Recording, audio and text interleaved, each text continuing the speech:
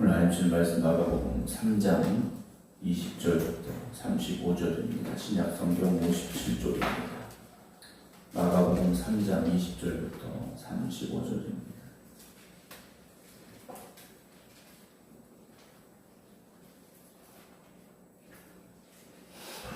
집에 들어가시니 무리가 다시 모임으로 식사할 겨를도 없는지라 예수의 친족들이 듣고 그를 붙들러 나오니 이는 그가 미쳤다 하밀러라. 예루살렘에서 내려온 서기관들은 그가 바알세불이 집혔다 하며 또 귀신의 왕을 힘입어 귀신을 쫓아낸다 하니 예수께서 그들을 불러다가 비유로 말씀하시되 사탄이 어찌 사탄을 쫓아낼 수 있느냐. 또 만일 나라가 스스로 분쟁하면 그 나라가 설 수 없고 만일 집이 스스로 분쟁하면 그 집이 설 수 없고 만일 사탄이 자기를 거슬러 일어나 분쟁하면 설 수 없고 망하느니라. 사람이 먼저 강한 자를 결박하지 않고는 그 강한 자의 집에 들어가 세간을 강탈하지 못하리니 결박한 후에야 그 집을 강탈하리라. 내가 진실로 너희에게 이르노니 사람의 모든 죄와 모든 모독하는 일은 사심을 얻되 누구든지 성령을 모독하는 자는 영원히 사심을 얻지 못하고 영원한 죄가 되느니라 하시니 이는 그들이 말하기를 더러운 귀신이 들렸다 함이러라. 그때 예수의 어머니와 동생들이 와서 밖에 서서 사람을 보내어 예수를 부르니 무리가 예수를 둘러 앉았다가 여짜오되 보소서 당신의 어머니와 동생들과 누이들이 밖에서 찾나이다. 대답하시되 누가 내 어머니이며 동생들이냐 하시고 둘러 앉은 자들을 보시며 이르시되 내 어머니와 내 동생들을 보라. 누구든지 하나님의 뜻대로 행하는 자가 내 형제요 자매요 어머니이니라. 아멘. 할렐루야. 요즘 앞에 나온 분으로 예배드리는 모든 성도 여러분들, 또 온라인을 함께 예배드리신 김종훈 장로님, 김근호 권사님, 김효 권사님, 허욱자 권사님, 안채남 권사님, 박성준 권사님, 이미경 권사님, 이성도 권사님, 박영민 권사님, 이봉주 목사님 주님의 이름으로 축복합니다. 연일 더위가 계속되고 있습니다. 지난밤에도 더위 때문에 많이 힘드셨으리라 생각이 되어지는데요. 오늘도 여전히 더울 것 같습니다. 건강 유의하시고 또 날씨가 덥고 습하다 보니까 좀 짜증날 일도 있고 또 스트레스 받을 일도 더 많아지긴 하겠습니다만 우리가 좀 앞에서 늘 믿음으로 살아가는 하나님의 자녀들에게 항상 기뻐하고 또 범사에 감사하는 믿음의 삶을 살아갈 수 있는 저 여러분들을 주의 이름으로 축원합니다. 우리가 살다 보면 누군가로부터 상처를 받을 때도 있고 또 누군가에게 상처를 주게 될 때도 있습니다. 상처를 준다라는 것도 상처를 받는다라는 것 그리 좋은 일은 아니죠. 상처를 오히려 싸매주고 품어 안아주고 치유해줄 수 있어야 되는데 인간관계 속에서 그렇지 않은 일들이 종종 일어나게 될 때가 있습니다. 그런데 더 속상할 때는 무엇입니까? 믿었던 사람이죠. 아주 가까웠던 관계에서 상처를 받는다면 그 상실감은 더 클 수밖에 없을 겁니다.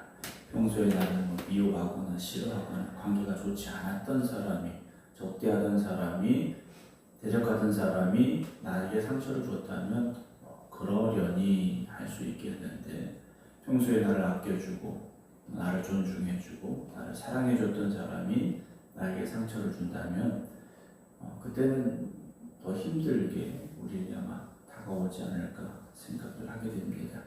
오늘 예수님께서 무리들과 함께 있는데 사람들이 너무 많아서 식사할 겨를도 없었다라고 그 상황을 우리에게 말씀해 주고 있는데요. 21절 보면 예수의 친척들이 예수님 앞에 왔는데 듣고 만나러 온 게 아니라 붙들러 왔다 그랬습니다. 이유는 예수님이 미쳤다라고 이들이 판단했다라고 되어 있습니다. 예수님의 태어나심과 예수님의 성장의 과정을 주변에서 바라보았던 친척들입니다. 이들의 눈에는 예수님이 자기들의 친척인 거죠. 뭐 조카일 수도 있고 뭐 사촌일 수도 있고 이런 관계 속에서만 예수님을 지금 바라보고 있다는 거죠. 예수님이 어떤 분인지에 대해서는 관심이 없습니다. 왜 예수님께서 지금 이러한 일들을 하고 계신지 이런 말씀을 하고 계신지에 대해서는 관심이 없다는 거죠. 오히려 예수님이 미쳤다. 예수가 그리스도가 아니라는 거죠. 우리가 알고 있는 예수가 그럴 리가 없다라는 겁니다. 그래서 예수님께서 사역하고 계신데 정말 많은 무리가 모여서 식사할 시간도 없었는데 오히려 예수님의 친족들은 예수님이 미쳤다 하면서 붙들러 왔다라고 기록을 하고 있습니다. 우리가 예수님에 대해서 바로 알지 못하면 우리도 이럴 수 있습니다. 거기에 22절 보면 예루살렘에서 서기관들이 내려왔습니다. 이 서기관들이 와서 예수님께서 바알세불을 지폈다 하며 또 귀신의 마음을 힘입어 귀신을 쫓아낸다. 그러니까 예수라는 사람이 갈릴리 지역에서 귀신도 쫓아내고 병자도 고친다 하니 예루살렘에서 파견한 이 서기관들이 내려와서 조사를 하게 되는 상황입니다. 서기관들이 조사를 하는데 이들의 생각은 뭐냐면 귀신의 힘을 힘입지 않고는 귀신을 쫓아내지 못한다라는 주장을 하고 있다는 거죠. 그때 예수님께서 23절에 말씀하십니다. 사탄이 어찌 사탄을 쫓아낼 수 있느냐?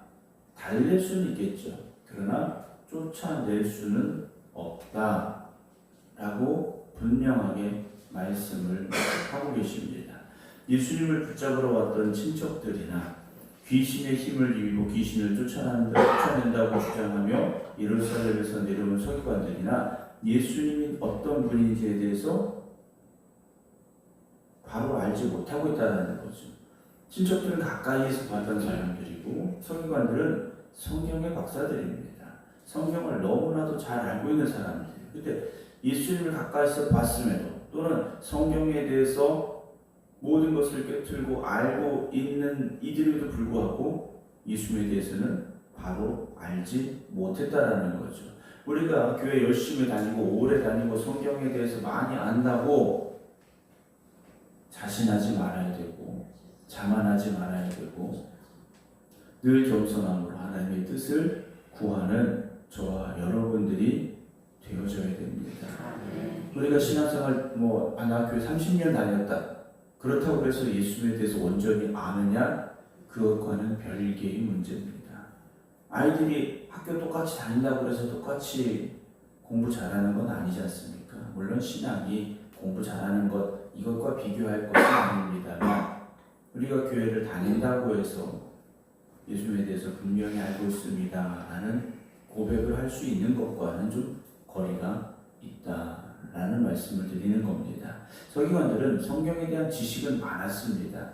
성경에 대한 지식은 많았지만 하나님이 일하시고 역사하시는 데에 대해서는 깨닫지 못하고 있었다라는 거죠. 때로는 우리의 지식이 하나님의 역사를 가로막을 때가 있습니다. 우리의 편견이 하나님의 일하심을 방해할 때가 있습니다.